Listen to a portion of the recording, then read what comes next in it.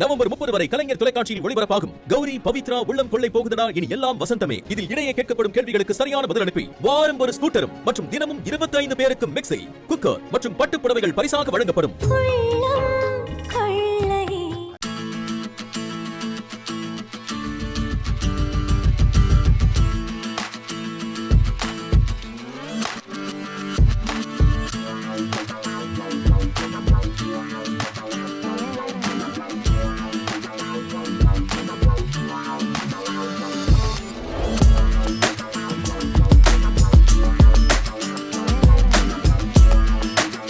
வணக்கம் நண்பர்களே, இன்னும் ஒரு இனிய காலை பொழுதில் தீதும் நன்றும் நிகழ்ச்சியில் உங்களை சந்திப்பதில் மிக்க மகிழ்ச்சி அடைகிறேன். இன்றைக்கு நவம்பர் 20ஆம் தேதி ஒரு முக்கியமான தினம். அதாவது சென்ற வாரம் நாம் நவம்பர் 14ஆம் தேதியை இந்தியாவில் தேசிய குழந்தைகள் தினமாக ஜவஹர்லால் நேரு அவர்களுடைய அந்த பிறந்த தினத்தை தேசிய குழந்தைகள் தினமாக கொண்டாடினோம். இன்றைக்கு சர்வதேச குழந்தைகள் தினம். உலகளாவிய அளவில் குழந்தைகள் தினம் கொண்டாடப்படுகிறது. உலகளாவிய அளவில் குழந்தைகளுக்கு இருக்கக்கூடிய சவால்கள், பிரச்சனைகள், தேவைகள், குழந்தைகளினுடைய பாதுகாப்பு, இது எல்லாவற்றையும் பற்றிய ஒரு தினம்தான் இந்த சர்வதேச குழந்தைகள் தினம். ஏனென்று கேட்டால், குழந்தைகள் பல்வேறு விதமான சமூக அபாயங்களினால் எளிதில் இலக்காகக்கூடியவர்களாக இருக்கிறார்கள். இன்னும் சொல்லப்போனால் பல்வேறு நெருக்கடி காலங்களில் மிகப்பெரிய இன்னல்களை முதலில் சந்திக்கக்கூடியவர்கள் குழந்தைகளாக இருக்கிறார்கள். இப்பொழுது கூட நீங்கள் அங்கே நடந்து கொண்டிருக்கக்கூடிய இஸ்ரேல் பாலஸ்தீன போரில் காசா பகுதிகளில் எண்ணற்ற குழந்தைகள் கொல்லப்பட்டிருக்கிறார்கள், படுகாயமடைந்திருக்கிறார்கள்.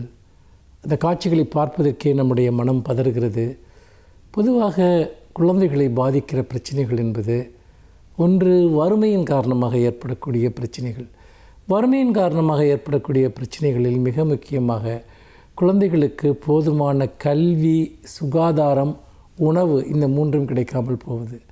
மிக இளம் வயதில் இது மூன்றும் கிடைத்தால் தான் அவர்கள் மிகச்சிறந்த ஒரு மனித வளம் மிக்க, ஒரு ஆற்றல் மிக்க தலைமுறையாக உருவாக முடியும். ஆனால் வறுமையின் காரணமாக இங்கு அந்த மூன்றிலுமே மிகப்பெரிய பற்றாக்குறை பல இடங்களில் நடக்கிறது. இப்போ தமிழ்நாட்டிற்கெல்லாம் அதற்கான மாற்று ஏற்பாடுகள் செய்யப்பட்டு, உதாரணமாக குழந்தைகளுக்கு காலை உணவு திட்டம் போன்றவற்றின் மூலமாக அவர்களை வறுமையிலிருந்து பாதுகாக்கிற ஒரு மிகப்பெரிய முன்னெடுப்புகள் இங்கு செய்யப்பட்டு வருகின்றன என்பதையும் நாம் பார்க்கிறோம். இந்த சூழ்நிலையில்தான் அதேபோல் சுகாதாரம் என்பதும் குழந்தைகளுக்கு மிகப்பெரிய ஒரு பிரச்சனையாக இருக்கிறது. சுகாதாரத்தோடு சேர்ந்து கல்வி, இப்போ தமிழ்நாட்டில் கல்வி இலவசமாக்கப்பட்டிருக்கிறது, கல்விக்கான பெரும் கட்டமைப்பு உருவாக்கப்பட்டிருக்கிறது. ஆனால் இந்தியாவின் மற்ற பகுதிகளில் அப்படி இருக்கிறதா, உலகின் பல பகுதிகளில் அப்படி இருக்கிறதா என்பது முக்கியமான கேள்வி. வறுமை மட்டுமல்ல, இன ரீதியான சில வேறுபாடுகள், சாதி ரீதியான வேறுபாடுகளும் கூட குழந்தைகளை பாதிக்கின்றன. ரேசிசம் போன்றவை, அதாவது இனவெறி இருக்கக்கூடிய நாடுகளில் குழந்தைகள் கடுமையான பாதிப்புகளை அடைகிறார்கள். இந்தியாவில் சாதி கொடுமைகளின் காரணமாக குழந்தைகளுடைய வாய்ப்புகள் புறக்கணிக்கப்படக்கூடிய சூழல் இன்றைக்கும் கூட இருப்பதை பார்க்கிறோம். இது இல்லாமல் குழந்தைகளை பாதிக்கக்கூடிய மிகப்பெரிய பிரச்சனை என்பது போர்கள் மற்றும் இடம்பெயர்தல். இப்பொழுது நிறைய தொழிலாளிகள் இடம்பெயர்ந்து செல்கிறார்கள். இப்போ உதாரணமாக ஒரு மாநிலத்திலிருந்து இன்னொரு மாநிலத்திற்கு இடம்பெயர்வது, ஒரு பகுதியிலிருந்து இன்னொரு பகுதிக்கு இடம்பெயர்ந்து வேலைவாய்ப்பிற்காக குடும்பமாக செல்கிற போது அங்கு புதிய இடங்களில் அந்த குழந்தைகளுக்கு போதுமான பாதுகாப்பும் போதுமான சுகாதார வசதிகளும் கல்வியும் கிட்டாமல் போகிறது. அதேபோல் போர்களில் அகதிகளாக வெளியேறுகிற போதோ, போர்கள் நடக்கிற போது காயமடைவது போன்ற விஷயங்கள் குழந்தைகளுடைய மிகப்பெரிய அவலமாக இன்றைக்கு மாறியிருக்கிறது. எய்ட்ஸ் போன்றவை இன்றைக்கும் கூட குழந்தைகளை அச்சுறுத்தக்கூடிய ஒரு மிகப்பெரிய சவாலாக இருப்பதை நாம் பார்க்கிறோம். இது எல்லாவற்றிற்கும் தீர்வை தேடித்தான் இந்த சர்வதேச குழந்தைகள் தினம் கொண்டாடப்படுகிறது. முக்கியமாக குழந்தைகளுக்கென்று சில உரிமைகள் இருக்கின்றன. அந்த உரிமைகள் அரசாங்கத்தாலும் குடும்பத்தாலும் கொடுக்கப்பட வேண்டும். குழந்தைகளுக்கு எதிரான வன்முறைகள், குழந்தைகளுக்கு எதிரான பாலியல் குற்றங்கள், இவை எல்லாமே தடுத்து நிறுத்தப்பட வேண்டும் என்பதுதான் இந்த குழந்தைகள் தினத்தினுடைய மிக முக்கியமான ஒரு பிரகடனமாக இருக்கிறது. நாம் ஒவ்வொரு குழந்தையையும் பாதுகாப்பதன் மூலமாக இந்த பிரகடனத்தை நோக்கி மேலும் முன்னேறி செல்வோம். மீண்டும் இன்னும் ஒரு புதிய சிந்தனையோடு உங்களை சந்திக்கிறேன். நன்றி, வணக்கம்.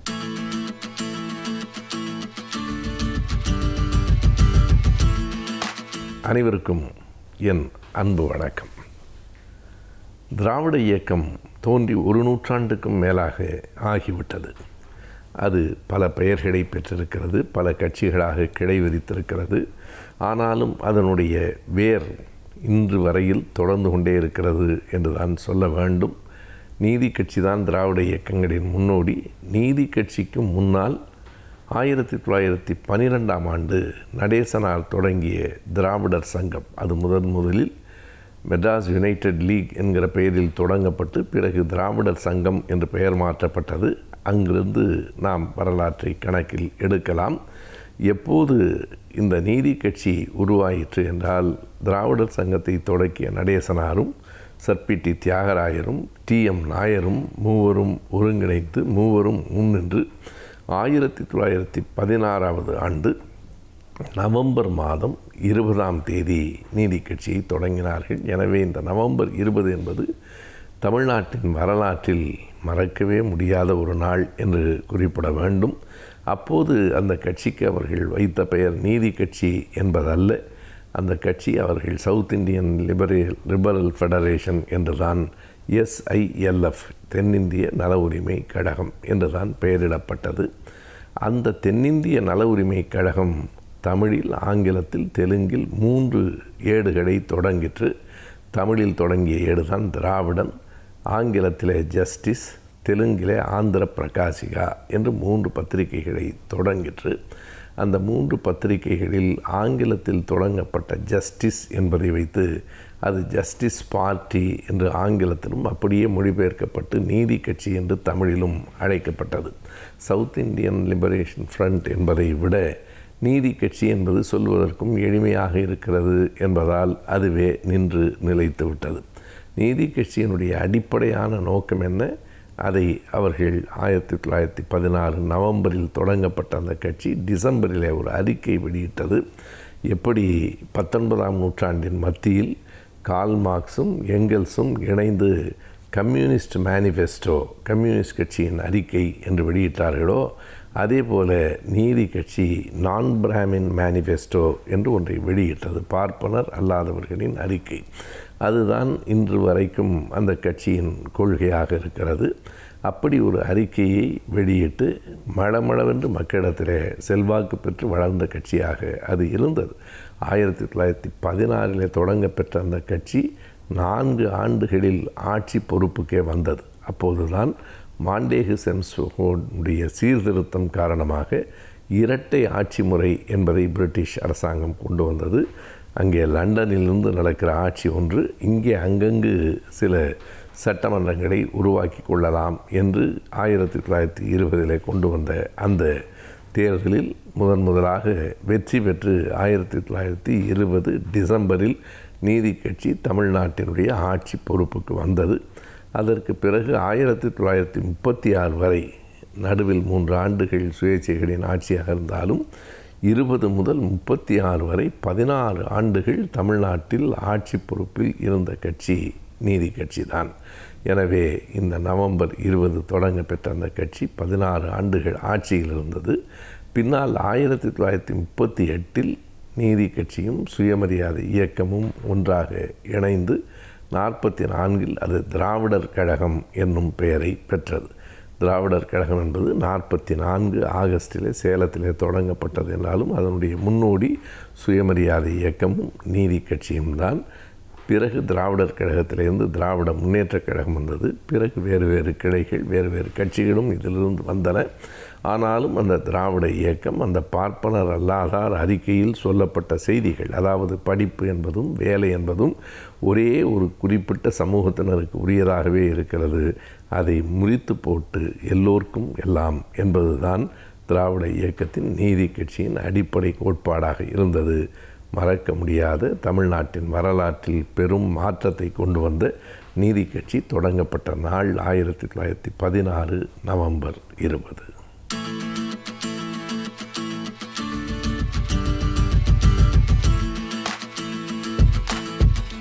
இன்றைய காலகட்டத்திலே எல்லோருக்கும் உள்ள மன அழுத்தத்தையும் மனச்சோர்வையும் போக்குவது எப்படி?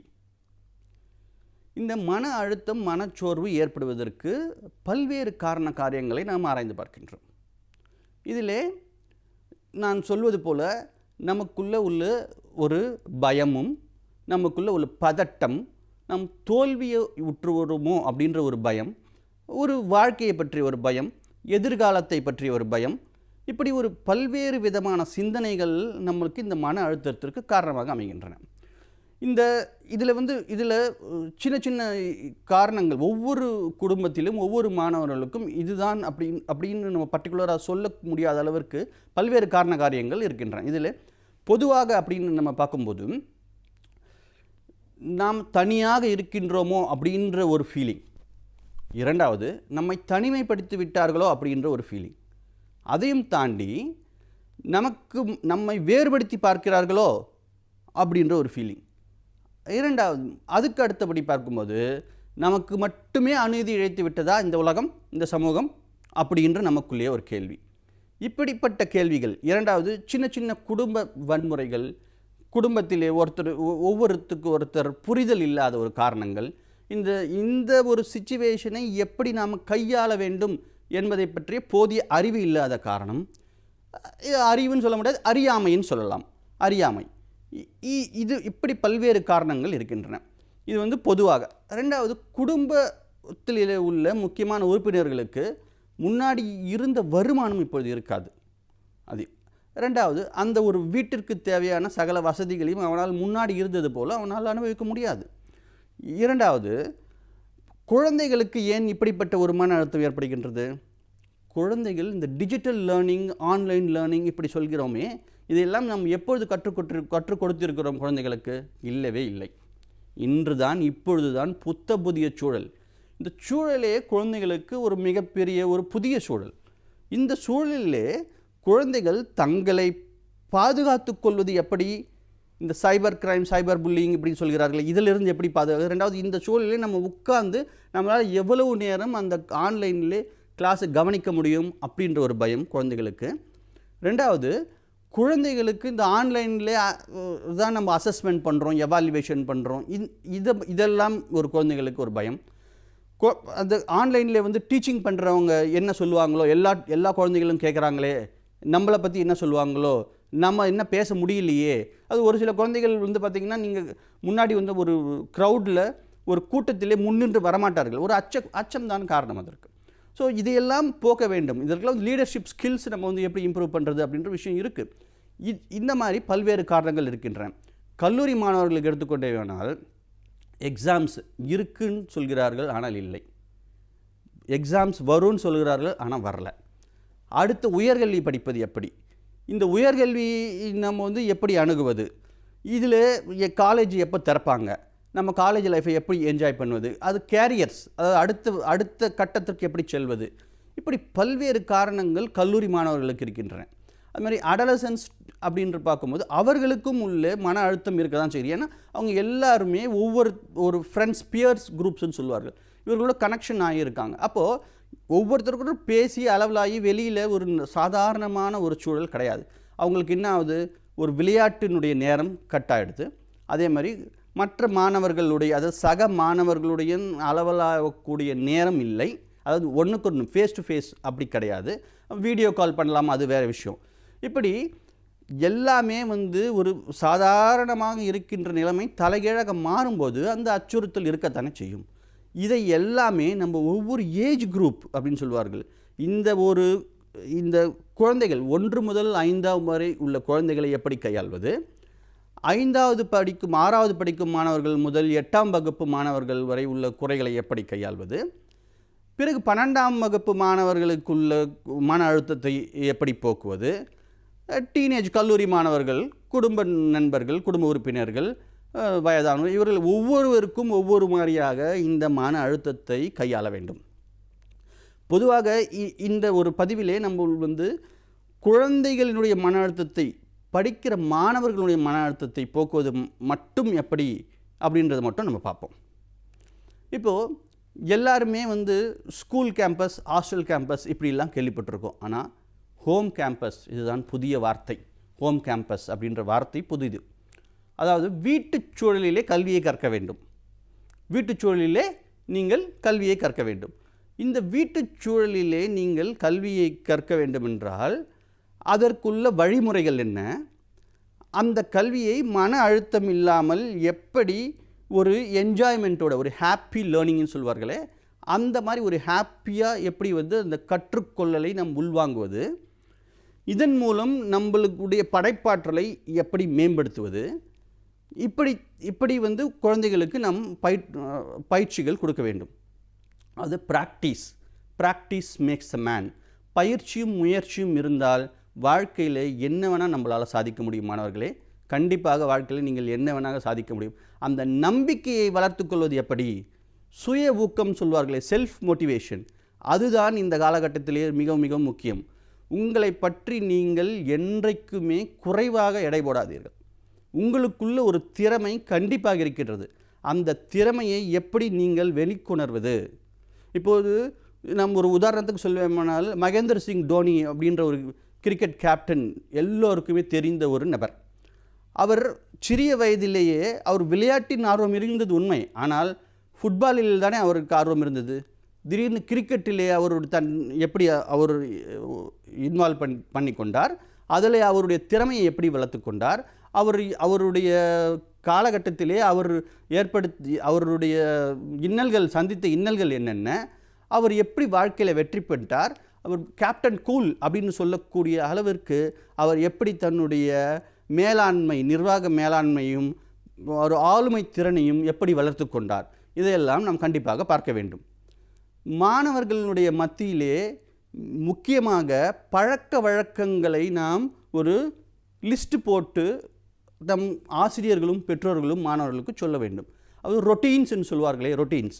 அந்த ரொட்டீன்ஸும் அந்த ஹேபிட்ஸ், இது ரெண்டுமே தான் மாணவர்களை திறன்பட வாழ்க்கையினுடைய தரத்தை மேம்படுத்துவதற்கு உதவும். யோகா, மெடிடேஷன், பிராணாயம், இந்த மாதிரி ஒரு குறிப்பிட்ட ரொட்டீனான ஒரு வாழ்க்கை முறையை நாம் இந்த காலகட்டத்திலே மட்டுமல்லாமல் என்றைக்குமே பின்பற்றுமானால் நம்முடைய மனச்சோர்வு கண்டிப்பாக நீங்கும். இதை தவிர, அதாவது செயல்முறை மூலம் கல்வி, ஒரு மாடல் பேஸ்டு கல்வி, ரெண்டாவது ஒரு மியூசிக் மூலமாக நம்ம என்ன லேர்ன் பண்ணுறோம், ஒரு டான்ஸ் மூலமாக என்ன லேர்ன் பண்ணுறோம், இப்படி பல்வேறு விதமான நீங்கள் கற்றலையும் கற்பித்தலையும் கற்றுக்கொள்ள வேண்டும். ஒரே மாதிரி ட்ரெடிஷ்னல் லேர்னிங்க்கு நீங்கள் போகவே கூடாது. நம்மளுக்கு என்ஜாய்ஃபுல்லாக மூலமாக எதை நம்ம கற்றுக்குறோம், ஒரு மாடல் மேக் பண்ணி கற்றுக்குறோமா இல்லையா, நம்ம குக்கிங் மூலமாக அதில் உள்ள இன்ஃபர்மேஷன் என்னென்னு தெரிஞ்சுக்கிறோம், ஒரு கேமிங் விளையாடுறதுல கூட அதில் நம்மளுடைய லீடர்ஷிப் ஸ்கில்லை நம்மளால் ப்ரூஃப் பண்ண முடியும். இப்படி பல்வேறு விதமான வழிமுறைகளை நமது முன்னோர்கள் வகுத்து உள்ளார்கள். அதாவது இந்த மாதிரி சிச்சுவேஷன்ஸ்க்கு மட்டும் இல்லாமல் என்றைக்குமே இது நம்மளுக்கு மிகவும் பயனுள்ளதாக அமையும். நன்றி, வணக்கம்.